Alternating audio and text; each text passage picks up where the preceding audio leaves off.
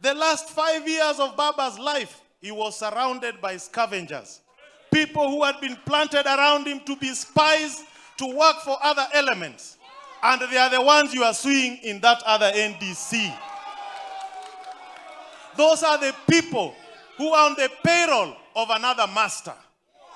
They never worked for Baba.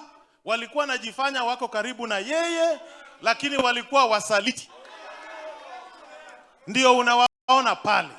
Hata ukiona magazeti wakichorwa, unaona wamewekewa nini? My friends, we must speak the truth. So, they went around. Even when Baba was sick, there were people around him who were giving reports. Even when Baba was being buried in Bondo, someone said, yule mtu wangu niliweka pale, kuniangalilia maneno, hata kujua Baba ameenda. Si kuna mtu alisema hivyo Bondo? Go and look at the news reels. So my friends, we are in a difficult position. But I want you to know, what is happening huko started way back 5 years ago. Today, they have gone there to bury Baba's lifetime work. That is what they are doing there. A meeting was called in Transmara in December. I was invited to it, nikakataa kwenda, because I knew that is the day they were going to auction Baba's legacy. Sikuenda. Nilikataa. Siku hiyo walienda huko, wakapiga bei, wakaambiwa, by 27th day of March, Sifuna awe amefukuzwa, mbadilishe viongozi wa chama, muje uingie kwangu nyumbani. Sasa, by grace of God, Sifuna is still here and our Secretary General.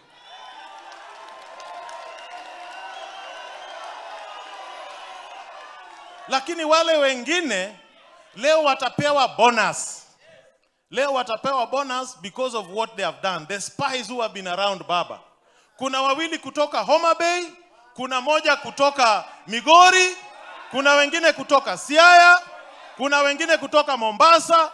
In the fullness of time, I will reveal their names. Na wanajulikana. Na nataka mjue, Oburu hakujua hata atachaguliwa kuwa kiongozi wa ODM. Saa zile ndege ilikuwa kule airport, ndege inaenda kuleta mwili wa Baba. Kuna mtu alikuwa ndani, akapigiwa simu, akaambiwa, we toka hapo.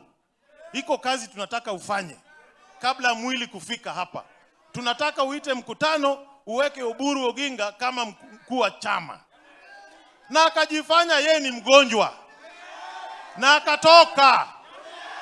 Alipotoka, akaenda akaitisha mkutano saa 12. Akapiga bei. Akapewa pesa. Saa 2 wakatangaza Oburu ndio kiongozi. Bila Oburu hata kujua. Kufika kule airport ndio wanaambia Oburu.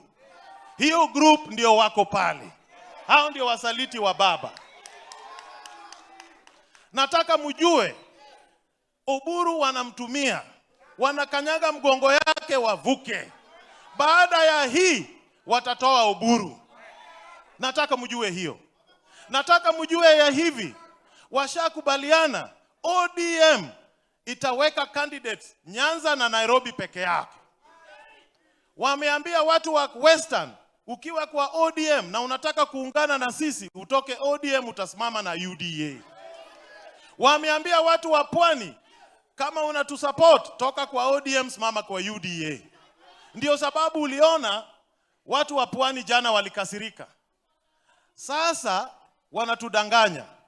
Ati Nairobi ndio watafanya. Hata wameambia ODM nomination watafanya na candidates yao ndio wataingia, ndio watapewa tikiti ya ODM. So we must refuse. Why do you think they are doing that? Because mpango yao ni kubadilisha katiba so that they create office of executive prime minister without term limit. Nataka mjue. They want to extend the term limit. So hiyo tumekataa. Si tumekubaliana? Now I will tell you the resolutions. I'm the Secretary General of Azimio. The last party where Baba ran, hiyo ndio ilichukua chama ya Baba ya mwisho. We have resolved here, as ODM, we will not leave Azimio.